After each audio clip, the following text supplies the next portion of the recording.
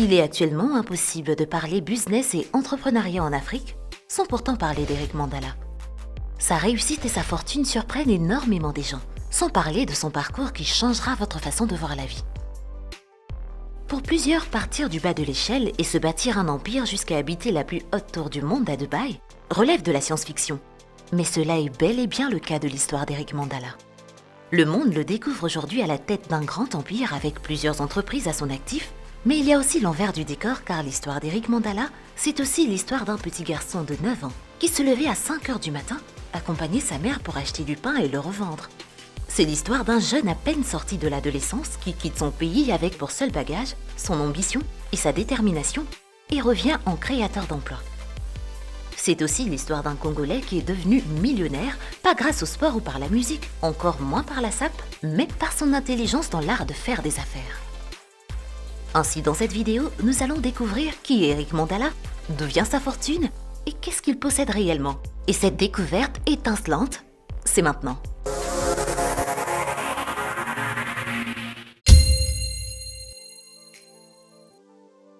Eric Mandala Kinzenga voit le jour à Kinshasa, capitale de la République démocratique du Congo, le 26 juin 1976. Il est l'avant-cadet d'une famille de 10 enfants. Il fait ses études primaires au collège Saint-Giral et ses études secondaires à l'ITC de Njili, toujours à Kinshasa. Dès ses 9 ans, il commence déjà à apprendre l'art de faire des affaires, car il dit qu'il a grandi dans cet esprit d'entrepreneuriat, hérité de ses parents, particulièrement de sa mère qui l'accompagnait dans des petites affaires de survie familiale.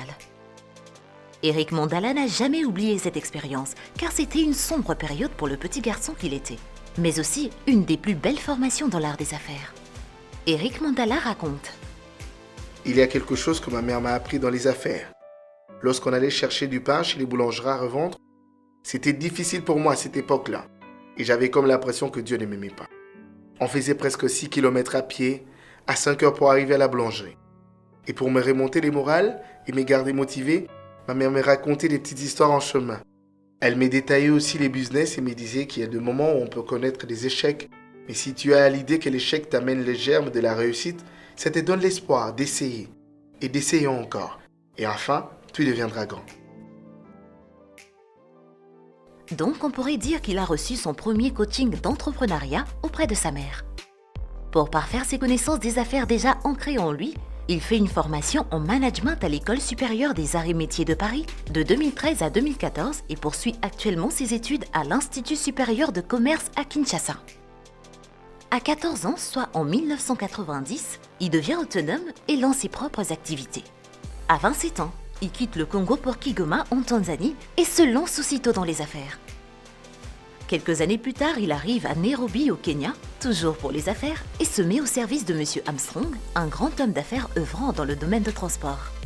Après un dur labeur et un sens acquis des affaires, il économise 16 000 $ et s'achète 2 camions dans le but de proposer un partenariat à son employeur. Mais les choses ne tournent pas comme il l'espérait.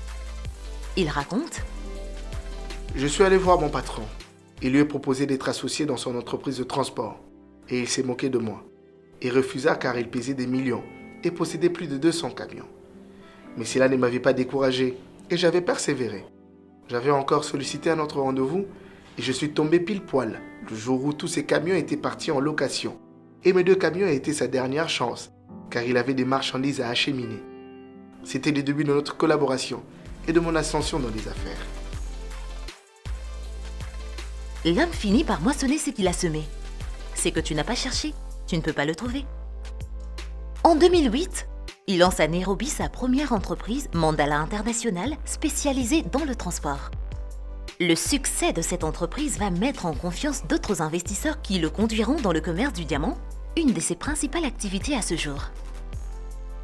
En 2012, il crée la société Faman, une société concentrée sur le commerce du diamant et de l'or, l'immobilier et l'investissement en RDC, au Kenya et en Afrique du Sud, la production des papiers hygiéniques et des entreprises de transport, puis en 2015, il rebaptise Faman en Obstiné SRL. Pour ceux qui pensaient que la richesse lui était tombée du ciel, vous êtes d'accord avec nous pour dire qu'il est vraiment un des véritables modèles de self-made man à l'africaine et pourquoi pas à la congolaise. Son histoire ne mérite-t-elle pas la mention d'une success story? À vous d'en juger.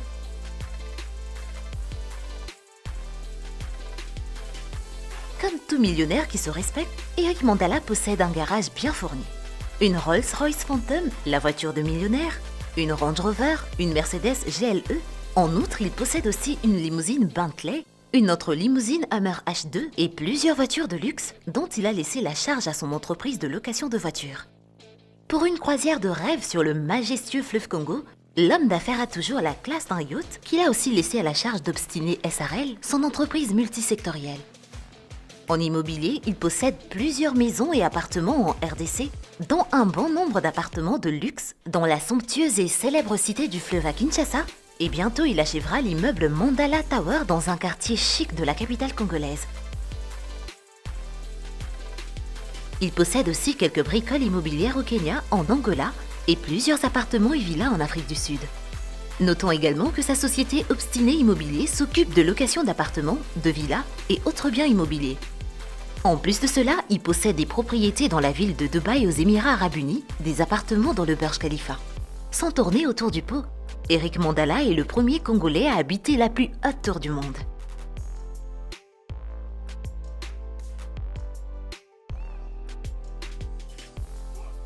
Dans l'industrie, l'entrepreneur congolais possède également une entreprise Obstiné SRL spécialisée dans la fabrication et la commercialisation des margarines, savons en poudre et des papiers hygiéniques. Mais ses talents d'entrepreneur ne s'arrêtent pas là. Oh non! L'intrépide homme d'affaires africain a également investi dans une chaîne de télévision à caractère événementiel avec des équipements de dernière génération dignes d'un studio hollywoodien. Il occupe le poste de président du conseil d'administration de Univers Group Télévision, surnommé par le public la chaîne à l'image 4K. La chaîne de télévision est dirigée par sa sœur, une pro du monde des médias. Les studios de la chaîne sont également situés dans la fameuse cité du fleuve à Kinshasa. L'un des principaux secteurs d'activité d'Eric Mandala est le diamant. Il possède un grand département dans Obstiné SRL qui œuvre également dans l'achat et la vente des pierres précieuses. Et rares sont les diamantaires qui gardent leur constance comme lui. L'insatiable investisseur a aussi investi dans l'agroalimentaire avec une grande ferme où l'on élève plusieurs bovins et il se lance également dans la production de farine et mettra bientôt la main sur le marché congolais et africain de la farine de maïs bio ainsi que d'autres sortes de farines. Étant lui-même un vrai self-made man, il a créé en 2019 un club d'entrepreneurs qui nomme Obstiné Leadership Club avec l'ambition de regrouper des femmes et des hommes qui doivent symboliser la réussite dans leur secteur d'activité. En utilisant ses expériences et ses formations en management avec des experts, il prépare déjà les millionnaires de demain. N'est-ce pas là une preuve de sa grandeur d'âme ? Adulé et chanté plusieurs fois par des musiciens congolais, entouré par des célébrités, des hommes d'État, des superstars comme Mutombo Dikembe et même avec d'autres grands hommes d'affaires comme Ahmed Bellassar, Eric Mandala reste pour autant un humble et fervent chrétien. Ce philanthrope est un humaniste avéré et il ne cesse de multiplier des œuvres caritatives auprès de ses compatriotes. Il est vice-président de la fondation Maria Piron qui vient en aide aux enfants délaissés, aux malades et aux personnes âgées, une initiative de son épouse Maria Piron Mandala, à qui nous consacrerons une vidéo car elle est également une philanthrope comme son époux. Eric Mandala œuvre aussi avec la fondation Sarah Mandala et grâce à lui ils ont doté d'un système de distribution d'eau potable tout un village à Ntsélé. La scène des réjouissances des habitants du village à la vue de l'eau sortant du robinet pour la première fois ne pourrait pas vous laisser indifférent. Avec la récente pandémie de la Covid-19, il s'est retrouvé bloqué à Dubaï avec d'autres Congolais suite à la fermeture de frontières en RDC. Sans arrière-pensée ni ambition politique, mais juste par bonté du cœur, il a pris en charge à ses frais le logement et la restauration de ses compatriotes qui avaient dépassé leur budget de voyage, car la plupart y étaient juste pour 2 semaines.